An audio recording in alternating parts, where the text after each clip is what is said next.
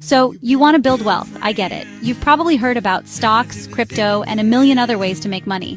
But let me tell you about the one strategy that has stood the test of time and created more millionaires than almost anything else: real estate.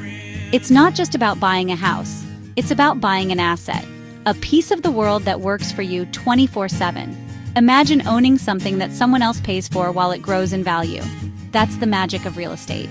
It's a tangible, physical asset you can see and touch, not just a number on a screen. This is your chance to build a legacy, one property at a time. The beauty of a real estate portfolio is that it's a wealth-building machine with multiple engines. First, you have cash flow.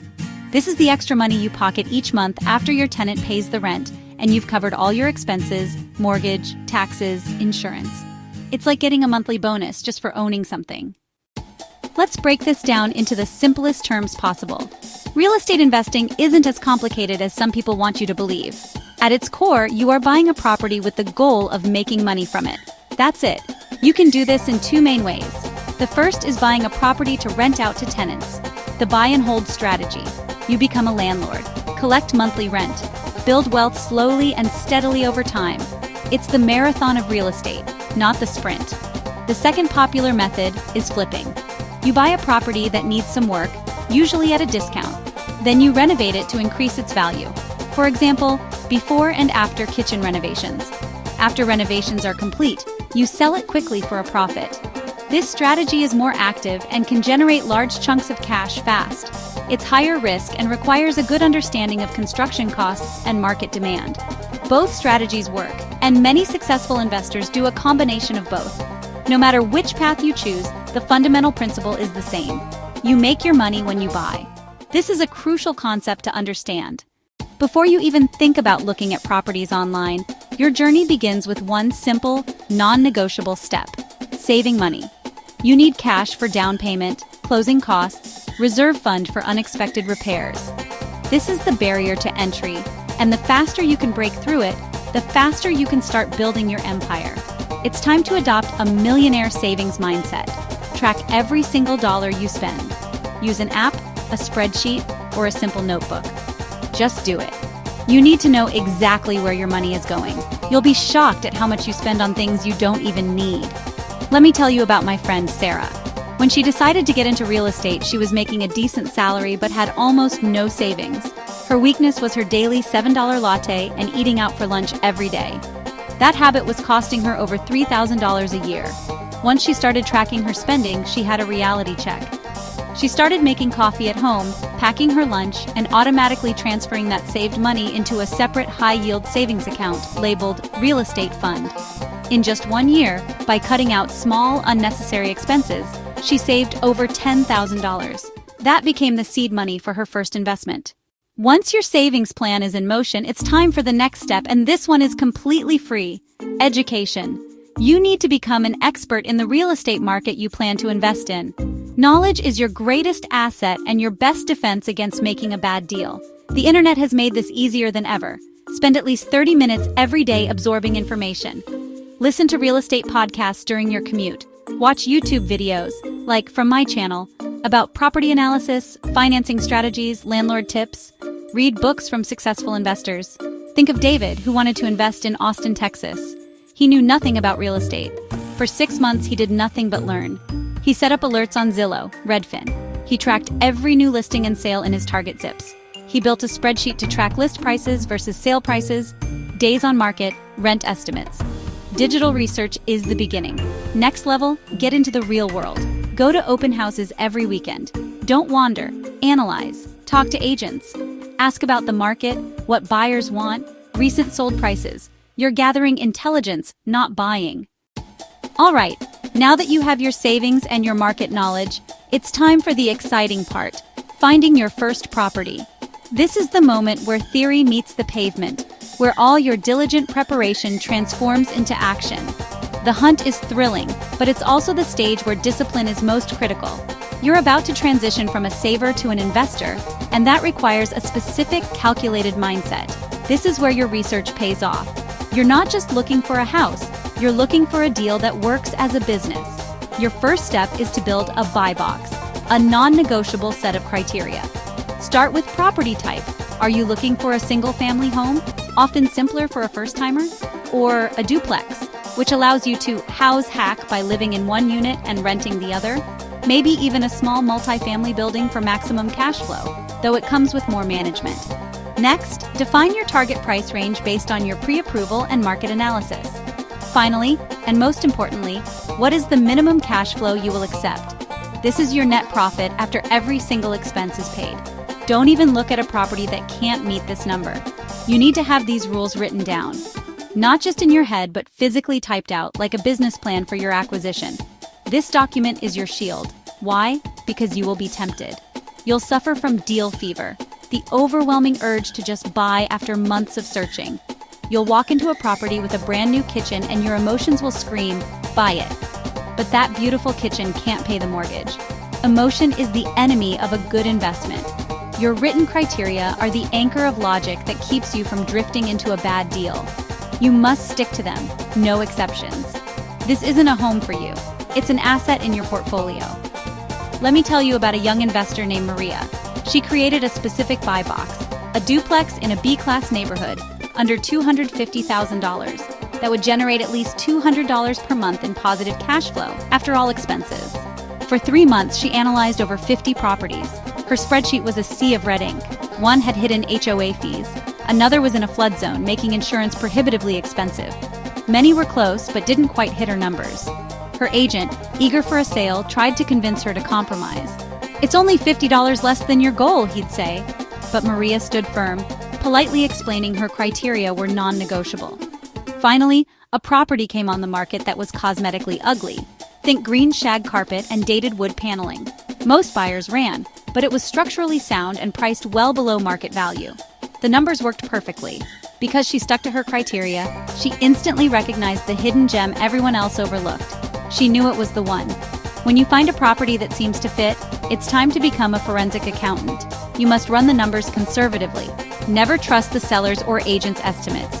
They are designed to make the deal look better. This is called verifying the underwriting. Do your own research. Go to the county assessor's website and verify the exact property taxes. Call at least 2 insurance brokers for real quotes. During your inspection, get a contractor to walk the property and give you a written estimate for necessary repairs. Don't guess. Next, factor in a vacancy rate, usually 5 to 8% of the gross rent. No property stays rented 365 days a year. You have to budget for the empty months between tenants. Then, budget for capital expenditures, or CapEx. This is a separate savings fund for big-ticket items like a new roof or HVAC system. A good rule of thumb is to set aside another 5 to 10% of the rent for these future repairs. Ignoring CapEx is how profitable-looking deals become money pits. As a final check, you can use the 50% rule. This guideline suggests that all your operating expenses, everything except the mortgage, will average about 50% of your gross rent over time. If the property still provides positive cash flow after accounting for all these realistic costs, you might have a winner. You've found the perfect deal. The numbers on your spreadsheet are glowing. The potential is undeniable. Now comes the most critical step, turning that potential into a reality. You need the capital to actually buy it. This is the bridge you must cross from being an analyst to being an owner, and for most people, that bridge is a mortgage. Securing financing can feel like the final boss battle in a video game. It's intimidating, and it's where many aspiring investors get stuck. But it's not an arbitrary process. Lenders are in the business of lending money. They to say yes. Your job is to make it an easy and obvious decision for them. The good news is that it's a straightforward process if you're prepared.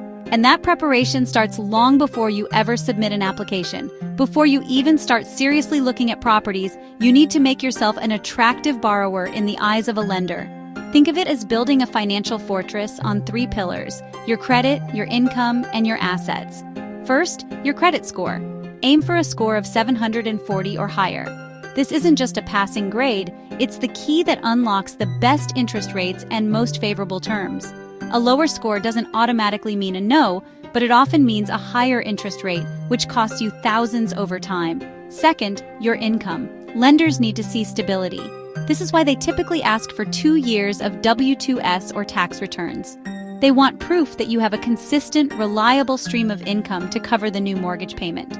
If you're self-employed, be prepared to provide even more documentation, like profit and loss statements. Third, your debt-to-income ratio, or DTI. This is a big one. It's your total monthly debt payments divided by your gross monthly income.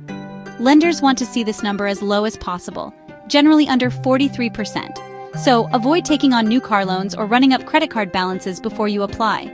Finally, and this is crucial, you need cash reserves. Lenders want to see that after you've paid your down payment and closing costs, you still have a safety net, typically enough cash to cover 6 months of the property's total expenses. Consider Tom, who was trying to buy his first rental property. He'd done his homework on the deal and had the down payment saved in a dedicated account. But his credit score was languishing in the low 600s, a ghost of some late credit card payments from his college days. He applied with confidence and was promptly denied by the first lender. He was crushed. But instead of giving up, Tom got strategic. He called the lender and asked for the specific reasons for the denial. Armed with that feedback, he spent the next 6 months on a mission. He aggressively paid down his credit card balances to lower his credit utilization. He set up automatic payments for every single bill to ensure they were never late again. He pulled his full credit report and found an old medical bill that had been paid but was still showing as delinquent. He disputed the error with the credit bureau, providing proof of payment. It was a slow, disciplined process, but it worked. His score jumped over 80 points, pushing him well into the good credit range. He went back to the same lender and was approved. Not only that, but he secured an interest rate a full percentage point lower than what he would have gotten before. On his loan, that single percentage point would save him over $40,000 in interest over the life of the loan. Once your finances are in order, you can explore your financing options. For first-time investors, there are several paths. The most common is a conventional loan. Because an investment property is seen as higher risk than a primary home, lenders typically require a larger down payment, usually 20 to 25%. But there are also more creative strategies. One of the most powerful is house hacking. This involves buying a multi-family property, a duplex, triplex, or even a fourplex, and living in one of the units yourself. Because the property is also your primary residence, you can use loan programs with much lower down payments. An FHA loan, for example, can require as little as 3.5% down. For eligible veterans and service members, a VA loan is even better, often requiring 0% down. The rule is you must live in one of the units for at least a year, but during that time, your tenants are paying rent that covers most, if not all, of your mortgage. You're living for free while building equity in an investment property. Finally, never take the first offer. Don't just walk into your local bank branch and assume they'll give you the best deal. Shopping for a mortgage is one of the highest leverage activities you can do. A quarter-point difference in your interest rate is a massive saving. Make it a goal to talk to at least 3 to 5 different lenders. Cast a wide net, get quotes from a large national bank, a local credit union, and an independent mortgage broker. A broker can be especially helpful as they work with dozens of wholesale lenders and can shop for the best rate on your behalf. Get pre-approved from your top choices. A pre-approval letter makes your offer much stronger to a seller. And don't worry about multiple inquiries hurting your credit score. Credit scoring models understand that people shop for rates. Multiple mortgage inquiries within a 30-day period are typically treated as a single event. This process puts you in control, allowing you to choose the best combination of interest rate, fees, and service to make your investment a success from day one. Congratulations! You've closed on your first property. Now the real work begins. You are officially a landlord. Your job is to provide a safe and clean home for your tenants while running your property like a business. The first step is to find great tenants.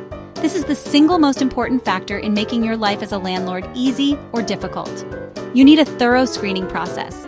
Don't just take the first person who shows up with cash. Create a standard application, run a full background check, run a credit check, run an eviction history check on every single applicant over the age of 18. A new investor, let's call him Mike, was so excited to get his first unit rented that he skipped the background check. The tenant seemed really nice and paid the deposit in cash. 2 months later, the rent stopped coming. Mike discovered the tenant had a history of evictions. The eviction process was long, stressful, and cost him thousands. His friend always called previous landlords and verified income. She never had a problem. Once you have a great tenant, you need a rock-solid lease agreement. Don't just download a generic free template from the internet. Either hire a lawyer to draft one for you, or use a state-specific, attorney-approved lease from a reputable source.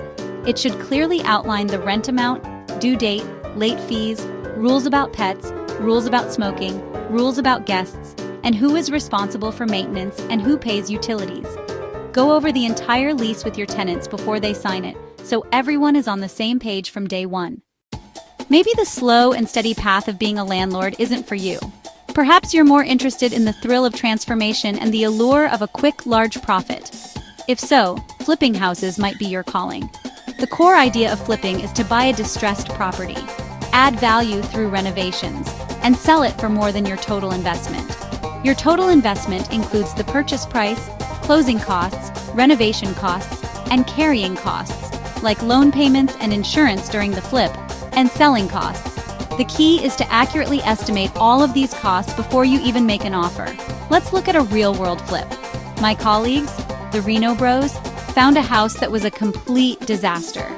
It had been vacant for years, it had a leaky roof, and it smelled terrible. Most buyers ran away screaming, but the Reno Bros saw potential. They bought it for $150,000. They had a detailed budget. They knew it would take about $50,000 to fix everything. They spent the next 3 months managing contractors, replacing the roof, installing a new kitchen, installing new bathrooms, putting in new flooring, painting everything. Their all-in cost was around $200,000. The two most important rooms that sell a house are the kitchen and the bathrooms. This is where you should focus a significant portion of your renovation budget. Think neutral colors, grays, beiges, whites, new countertops, stainless steel appliances, updated fixtures. In the bathrooms, a new vanity, modern tile, new fixtures.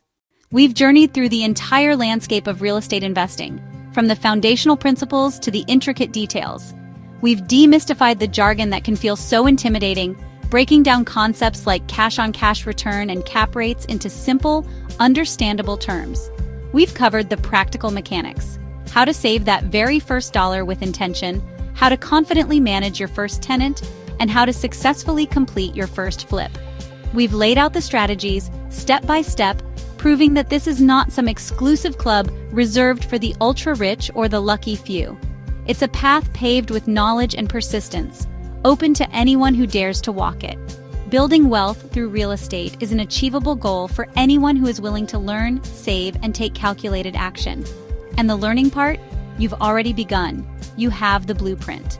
This isn't just abstract theory. It's a practical, field-tested guide. You have the knowledge to analyze a market, to spot a good deal from a bad one, to build your team of agents and lenders. This knowledge is your power, your leverage in a world where information is the ultimate currency. The only thing separating you from the person you want to become, a financially independent real estate investor, is a single decision to begin. That decision isn't always a grand, dramatic moment. More often, it's a quiet, internal commitment. It's the moment you stop being a passive observer of other people's success and decide to become an active participant in your own story. The path might seem long and daunting from where you stand now, but it always starts with one small, tangible step. What is your step today? Is it opening that high-yield savings account? Is it calling a mortgage broker just to ask questions? Is it spending 30 minutes exploring listings in a neighborhood you're curious about? As you stand on this precipice of action, be wary of a comfortable enemy, analysis paralysis. Don't fall into its trap. It feels safe. It feels productive because you're constantly consuming information, reading one more book, watching one more video. But learning without action is just an expensive hobby. You don't need to know everything to get started. In fact, it's impossible to know everything. You can read 100 books on swimming, but you will only truly learn how to swim when you finally get in the water. The same is true here. You will learn more, faster from your first deal, with all its imperfections, than you ever will from the safety of the sidelines. That first deal will teach you lessons no textbook can. It will teach you the subtle art of negotiation, the frustrating reality of contractor timelines, and the surprising questions tenants will ask at 10 p.m. on a Tuesday. There will be small mistakes. There will be unexpected problems that make your stomach drop, and there will be moments of profound doubt where you question everything. Everyone, and I mean every single successful investor you admire, experiences this. These moments aren't signs you should quit. They are rites of passage. The key is to not let the fear of imperfection stop you from moving forward. Reframe those early challenges. They are not failures. They are your real-world tuition, paid in the currency of experience. Your first deal doesn't have to be a home run that makes you rich overnight. It just has to get you in the game. The goal is to get on base. A single, a walk. Just get onto the field. A small win, a property that cash flows just $100 a month, is infinitely, immeasurably better than the perfect deal that only exists in your spreadsheet. That small win is proof of concept. It's real. Now let's zoom out. Think about where you could be in 5 or 10 years if you start today. That first property, the one that felt so terrifying, has now appreciated in value. You use that equity to secure your second property, maybe a duplex this time. Suddenly, the cash flow from 3 doors covers your mortgage. A few years later, you add a small multifamily. That small stream of cash flow you started has grown into a river, a powerful current of passive income. It's enough to replace your salary, giving you the freedom to quit your job, not because you hate it, but because you can. It's the freedom to travel the world, to pursue a passion project, or to simply spend more time with your family, fully present and without financial stress. This future isn't a lottery win, it's built. It all starts with the foundation you lay right now, today. And that foundation is built with small, disciplined choices. Reframe them in your mind. These are not sacrifices. They are strategic investments in your future self. It starts with skipping that expensive coffee and seeing it not as deprivation, but as buying a fraction of a share in your freedom. It's setting up an automatic savings transfer, paying your future self first. It's spending your evenings analyzing deals instead of watching Netflix, understanding that you are trading short-term entertainment for long-term liberty. The excuse, "I don't have time," is a myth. We all have 24 hours in a day. The question is what we prioritize. The excuse, "I don't have enough money," is a challenge, not a dead end. It's a prompt to learn about creative financing, partnerships, or house hacking. The short-term discipline is the price of admission for long-term freedom. The time for excuses is over. The time for waiting for the perfect moment is gone, because it will never arrive. The only moment you have is now.